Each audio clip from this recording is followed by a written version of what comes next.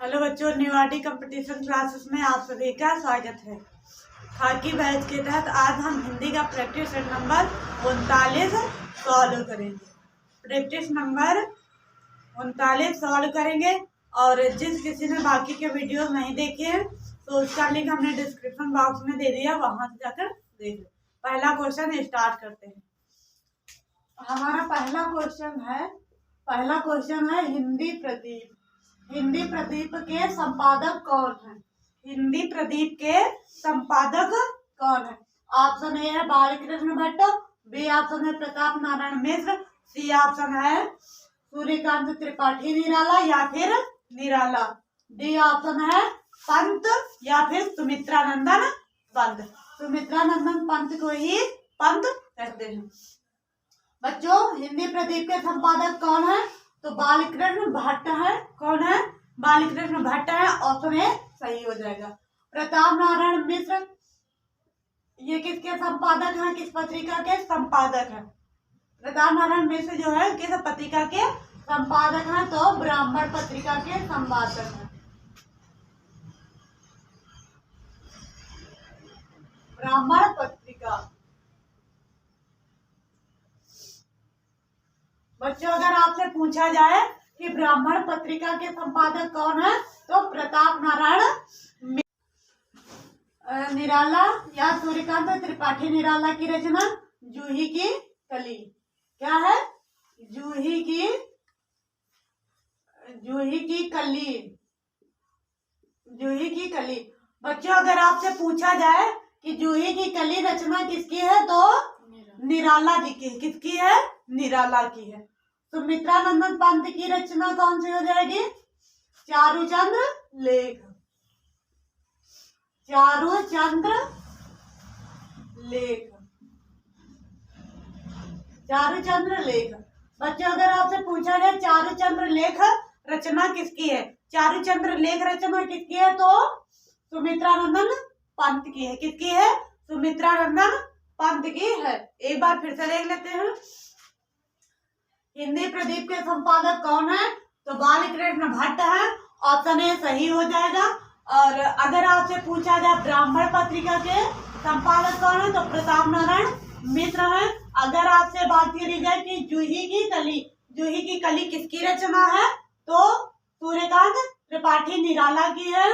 और चारुचंद्र लेख ये किसकी रचना है तो सुमित्रानंदन पंत की है। किसकी है? सुमित्रानंदन पंत की है। बच्चों, क्वेश्चन नंबर दो है हमारा मृगनयनी। मृगनयनी उपन्यास के लेखक कौन है? बच्चों, अगर आपसे पूछा जाए मृगनयनी जो है, मृगनयनी कौन सी विधा है? अगर विधा की बात करी जाएगी तो उपन्यास है। क्या है? कौन सी विधा है तो उपन्यास है। मृगनयनी कौन सी विधा है तो उपन्यास है। इसके पूछा लेखक कौन है? ऑप्शन ए है रागिया Raghav, B option Jaishankar Prasad, C option Vrindavan Lal Verma और डी ऑप्शन भगवती चरण वर्मा। तो बच्चों, मृगनयनी उपन्यास के लेखक कौन है? वृंदावन लाल वर्मा। ऑप्शन सी सही हो जाएगा। ऑप्शन सी सही हो जाएगा। रागिया राघव कब तक पुकारूं। कब तक पुकारूं। कब तक पुकारूं ये किसकी रचना है तो रागे राघव की है। या फिर तूफानों के बीच। तूफानों के बीच। बच्चों, अगर आपसे पूछा जाए कि कब तक पुकारूं या फिर दूसरी रचना है तूफानों के बीच। दूसरी रचना है तूफानों के बीच। ये किसकी रचना है तो रागिया राघव की। जयशंकर प्रसाद की रचना कामायनी। बहुत बार पूछी जा चुकी है। कामायनी किसकी रचना है? कामायनी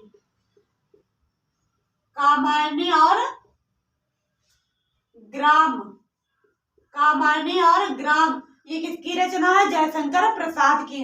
अगर बच्चों आपसे पूछा जाए कि जयशंकर प्रसाद की पहली कहानी कौन सी है?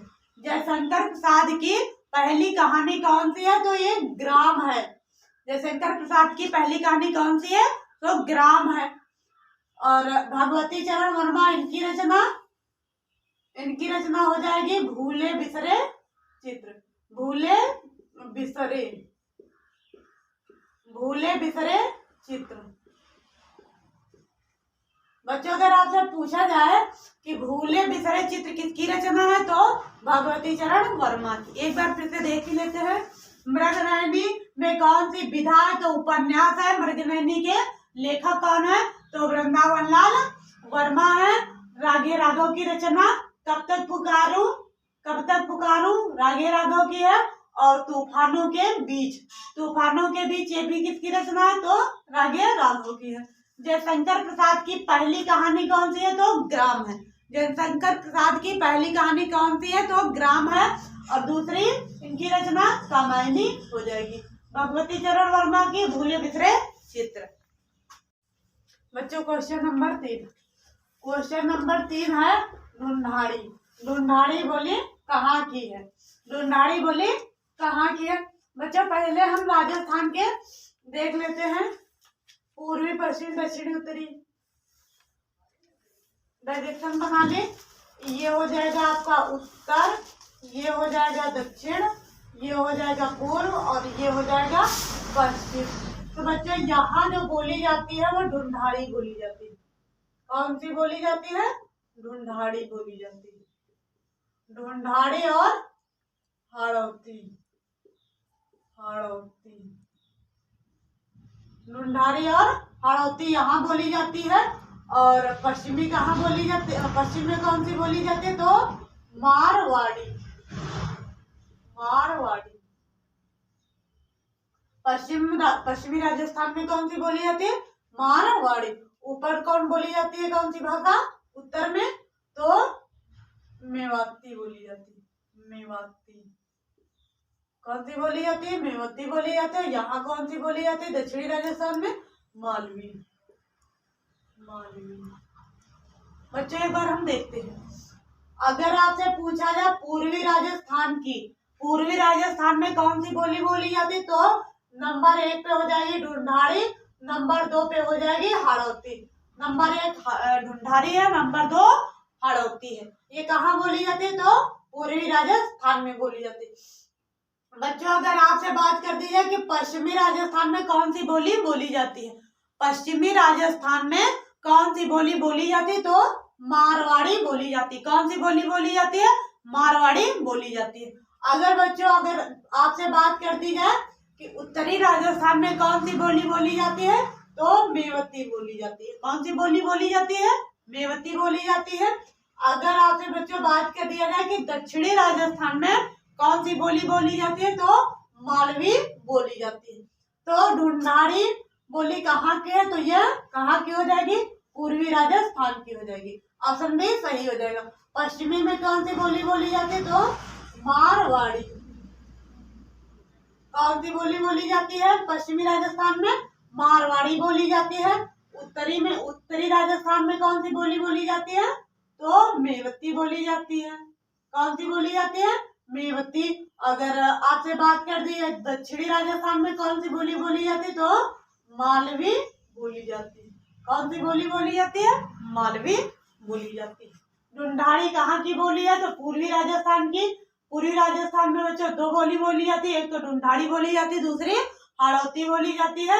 और पश्चिमी राजस्थान में कौन सी बोली बोली जाती है? मारवाड़ी। और दक्षिणी राजस्थान में कौन सी बोली बोली जाती है? मालवी। उत्तरी राजस्थान में कौन सी बोली बोली जाती है? मेवती बोली जाती है। बच्चों क्वेश्चन नंबर 4 है सोहद ओढ़े पीत पट श्याम सलोने गात मनो नीलमणि सहल पर अत पर प्रभात। इसमें बच्चों कौन सा अलंकार है? पूछा जा रहा कौन सा अलंकार है। तो बच्चों हमने ट्रिक बताए थे कि मना मिल जाए तो कौन सा अलंकार हो जाएगा? उत्प्रेक्षा अलंकार हो जाएगा।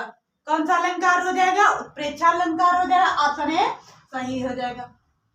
इसको पहचानने का हमने तरीका बताया था, ट्रिक बताई थी उत्प्रेक्षा अलंकार की कि मनाहु मनु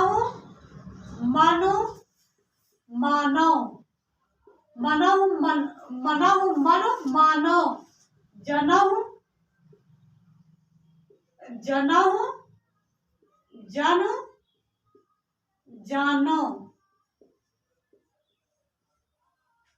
उत्प्रेक्षा अलंकार को पहचानने की हमने ट्रिक बताई थी कि एग्जाम्पल में यानी कि उदाहरण में अगर आपको मनहु मानो, मानो, जनहु जनो जानो ये अगर वर्ड आपको मिल जाए, अक्षर मिल जाए, तो वहां पर कौन सा अलंकार हो जाता है? उत्प्रेक्षा अलंकार हो जाता है।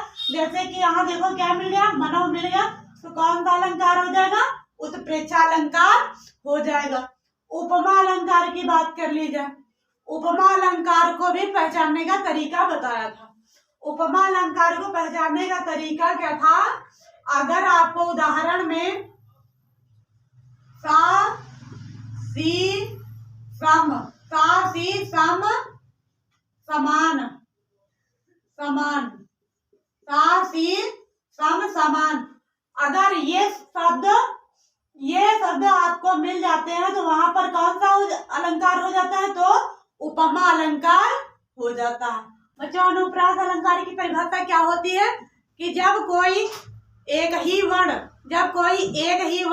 एक या एक से अधिक बार आता है तो वहां पर अनुप्रास अलंकार हो जाता है। जैसे कि तरनी, तरनी तनुजा, तरनी तनुजा तट तमाल, तरनी तनुजा तट तमाल, और आगे क्या है? तरुवर।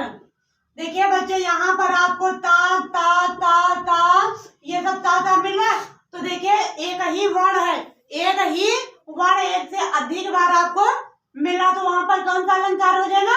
अनुप्रास अलंकार हो जाएगा। और यमक अलंकार की परिभाषा क्या होती है? जब कोई शब्द एक या एक से अधिक बार आता है किंतु उसके अर्थ अलग अलग होते हैं, वहां पर यमक अलंकार हो जाता है। बच्चों, क्वेश्चन नंबर 5 है भूख। भूख का तत्सम क्या होगा? आपसे भूख का तत्सम पूछा जा रहा है। ऑप्शन ए है भूचा, बी ऑप्शन बकरा, सी ऑप्शन मछली, डी ऑप्शन सुई। तो बच्चों, भूख का तत्सम क्या हो जाएगा? भूचा हो जाएगा। क्या हो जाएगा? भूचा हो जाएगा। ऑप्शन ए सही हो जाएगा।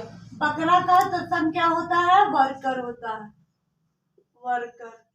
बकरा का तत्सम क्या होता है? वर्कर होता है। और मछली का तत्सम क्या होता है? तो मत्स्य होता है, मत्स्य होता है। सुई का तत्सम क्या होता है? सूचिका होता है। क्या होता है? सूचिका होता है। सुई का तत्सम क्या होता है? सूचिका होता है। भूख का तत्सम क्या हो जाएगा? भूभुचा हो जाएगा। ऑप्शन ए सही हो जाएगा। बकरा का तत्सम क्या होता है? वर्कर होता है। मछली का तत्सम क्या होता है? मत्स्य होता है। सुई का तत्सम क्या होता है? सूचिका होता है। बच्चों, मेरा वीडियो कैसा लगा? अगर अच्छा लगा हो तो कमेंट बॉक्स में जरूर बताएं। Thank you for watching my video.